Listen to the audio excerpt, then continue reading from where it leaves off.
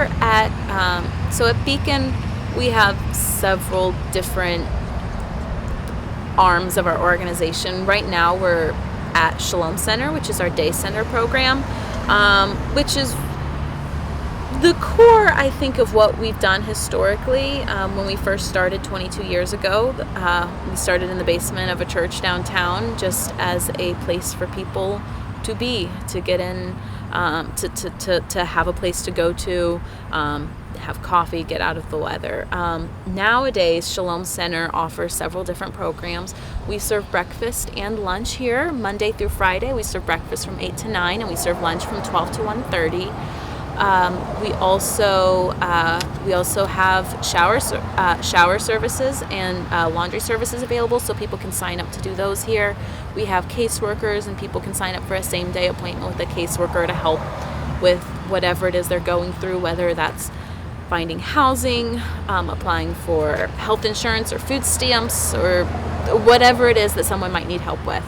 We hand out all sorts of supplies like toothbrushes and socks and sleeping bags and first aid supplies and Q-tips and tampons and anything that you guys might need in your life. Chances are our guests need those things as well, so we try and keep as much of that stocked here at our hospitality desk as we can. I work in the hospitality desk, which is like doing mail for the unhoused populations, sorting mail, getting them kind of just whatever they need. It's a little bit of a wild card job, which is why I kind of like it. But I've been doing like one shift a week basically since last summer or so basically for like a year and a half. I really like it. It keeps me grounded a lot because I go in worried about a lot of my hard physics and orgo classes and frustrated, and then coming to Shalom for a couple hours really puts it in perspective, like how lucky I am to even be taking like organic chemistry or really hard classes. It puts it in perspective how lucky I am, and sort of, when someone really wants socks, and that's the thing they want, it really puts things in perspective, and I find it beneficial. It kind of resets me in terms of how privileged I am and stuff like that, and lets me take a break from all the hard studying too. But in addition to Shalom Center, which is our day center for basic services, the things you need to survive day to day, we also run a couple housing programs. Crawford Homes program houses 150 people through that program. We house more people than any other nonprofit in town. We have tried, especially over these last few years, to focus our energy as much as possible on housing, because everything else is essential, and basic necessities are important to people's everyday lives, but the only true solution to homelessness is housing.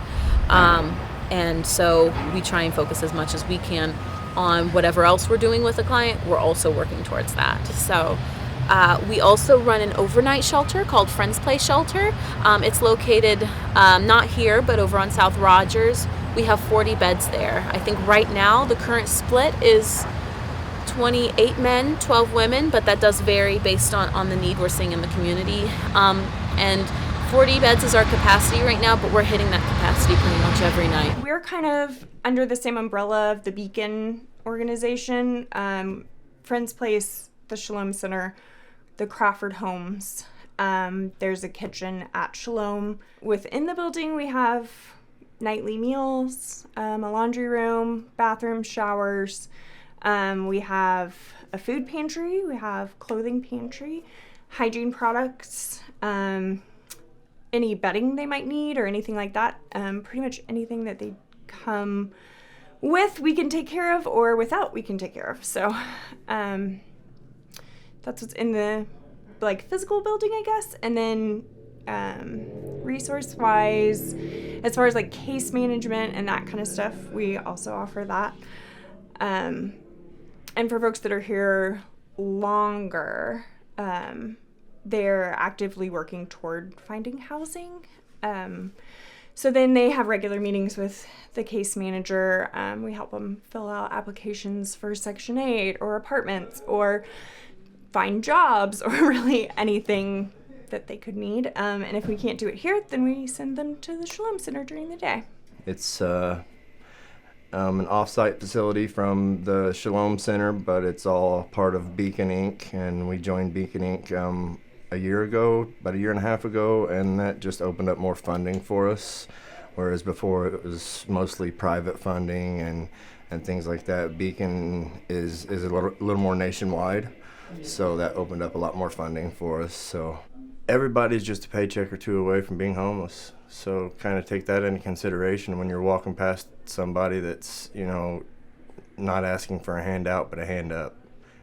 Look at it that way. Not everybody's asking for a handout. Some people just need a hand up, and some people just need to, just stop and talk to somebody. Some people just want to, that little bit of interaction. If you sit down with a homeless person and just talk to them for a few minutes, it may change their whole day.